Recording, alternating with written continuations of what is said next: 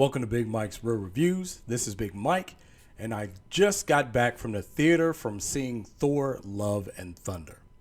When I first heard about them adapting the storyline of Gorr the God Butcher, I was a little worried. Not going to lie, I was a little worried.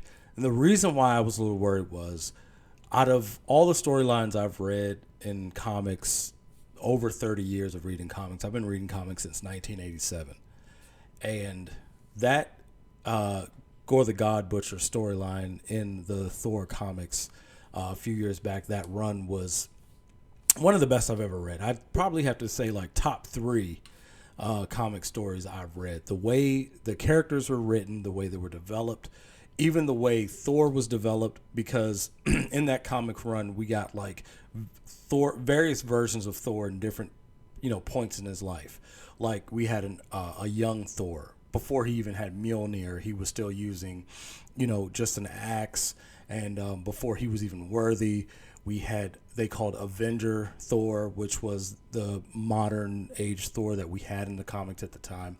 And then we also got King Thor, or All-Father Thor, where it was thousands of years in the future, and Odin had passed and gave the Odin powers to Thor, and he was like the most powerful version of himself. So it was just the way that story was written, just how in-depth the story was, the character development, the pacing, everything. I just absolutely love that story. Sad to say, I was a little right. Now, I'm going to give my rating first, because after I said all that, let me give my rating of the film.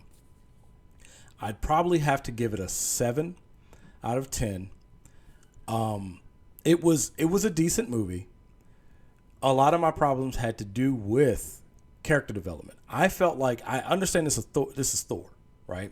And so they wanted to do a movie out of this. Give Thor as the first original Avenger to get a fourth movie, right? But I feel like this would have been well served as a series. I've said this before with different other projects as well, but I really feel like they could have fleshed this particular story out way better if it had been a series on Disney Plus. The pacing of this movie felt very rushed. I just feel like they didn't have much time for character development, especially in Gorr's case. Again, this is Thor's fourth movie. We know Thor. I mean, this is his fourth solo movie.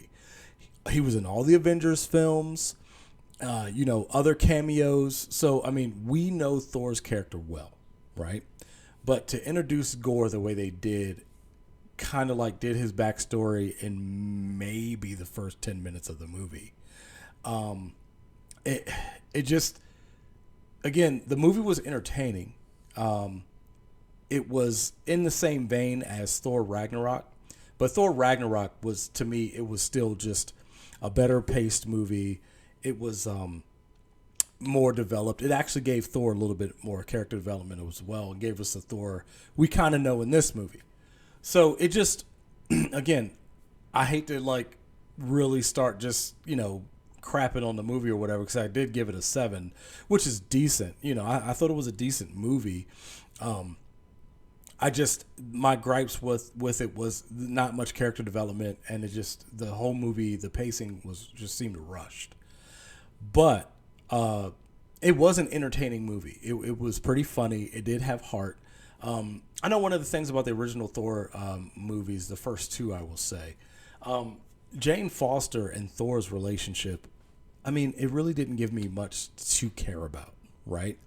You never really cared about the relationship outside of a laugh that they even had in Thor Ragnarok, right? Where he's just like, oh yeah, she dumped me, whatever, something like that.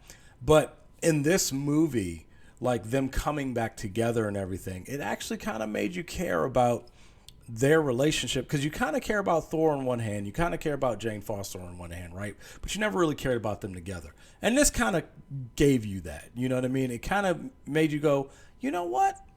They actually, I actually do like that couple. You know what I mean? Something like that. So, those were positive things I did. It was a very entertaining movie, even though it was way too fast paced, in my opinion. And I feel like this movie would have also been better if it was a little longer, because I felt like the reason that they kind of rushed it is because it felt like I think it was only like a couple hours tops. Like some of the movies we get, of course it wasn't on Endgame level, that was like 3 hours, but I mean at least maybe 2 hours and 20 minutes. You add a little bit more time to it to give it a little bit of more character development and to flesh out the story.